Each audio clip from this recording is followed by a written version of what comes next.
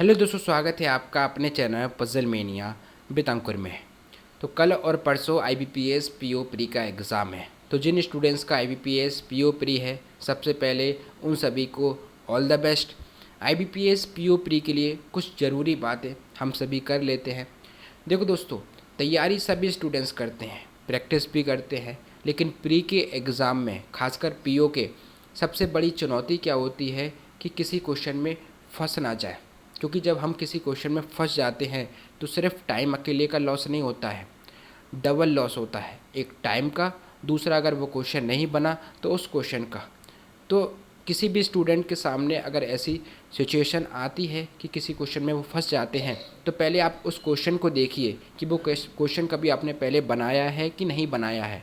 अगर उस क्वेश्चन की प्रैक्टिस आपने पहले की है तो वो क्वेश्चन आप आराम से बना लेंगे। क्योंकि कोई बहुत बड़ी गलती नहीं होती है, बहुत छोटी मोटी मिस्टेक होती है जिसकी वजह से हम उस क्वेश्चन में फंस जाते हैं। और अधिकतर स्टूडेंट्स पज़ल या फिर अरेंजमेंट में ही फंसते हैं। तो ऐसा बिल्कुल ना करें कि आधा क्वेश्चन आपने बना लिया, फिर लगा कि टाइम जा रहा है तो दूसरे क्वेश्चन पर चले गए। अगर वो क्वेश्चन नहीं बन सकता है तो ही आप दूसरे क्वेश्चन पर जाएं। अगर वो क्वेश्चन बन सकता है, आपने पहले प्रैक्टिस काफ़ी की है, तो आप उसको अटेम्प्ट ज़रूर कर लें। दूसरा सबसे इम्पॉर्टेंट जो अधिकतर स्टूडेंट्स करते हैं कि पहले क्वेश्चन से ही स्टार्ट कर देते हैं। तो ऐसा बिल्कुल ना करें।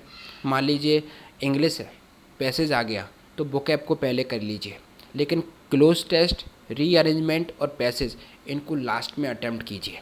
पहले आप कॉलम 1 कॉलम 2 कर सकते हैं, फिलर्स कर सकते हैं, वर्ड स्वैप आ गया, एरर हो गई, फ्रेज रिप्लेसमेंट हो गया, इनको पहले अटेम्प्ट कर लीजिए। फिर क्लोज टेस्ट, फिर रीअरेंजमेंट और लास्ट में पैसेज अटेम्प्ट कीजिए।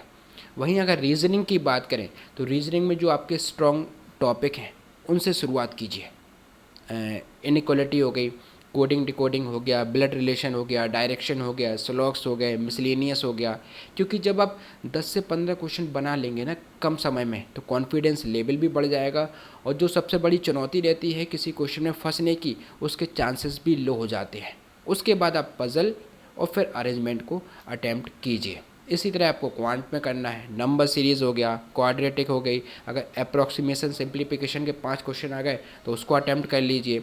फिर डीआई, अगर कैलकुलेट आसान आ गई तो आप उसको अटैम्प्ट कीजिए।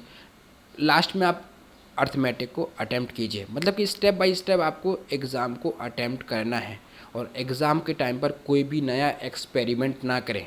आपने काफ़ी सारे मॉक टेस्ट दिए हैं और जिस स्ट्रेटजी के साथ दिए हैं, अगर आपका मॉक टेस्ट में अच्छा स्कोर आया है तो उसी स्ट्रेटजी के साथ आप एग्ज़ाम को अटैम्प्ट कीजिए। अगर मॉक टेस्ट में अच्छा स्कोर नहीं आ पाया, तैयारी अच्छी नहीं हो पाई, तो जो मैंने आपको बताया है इससे आप पेपर अटैम्प्ट कर सकते हैं। बाकी आप सभी कमेंट में ज़रूर बताएं कि 15 और 16 अक्टूबर में किनका किनका आईबीपीएस पीओ प्री है। मिलते हैं फिर नेक्स्ट वीडियो में, जब तक के लिए धन्यवाद।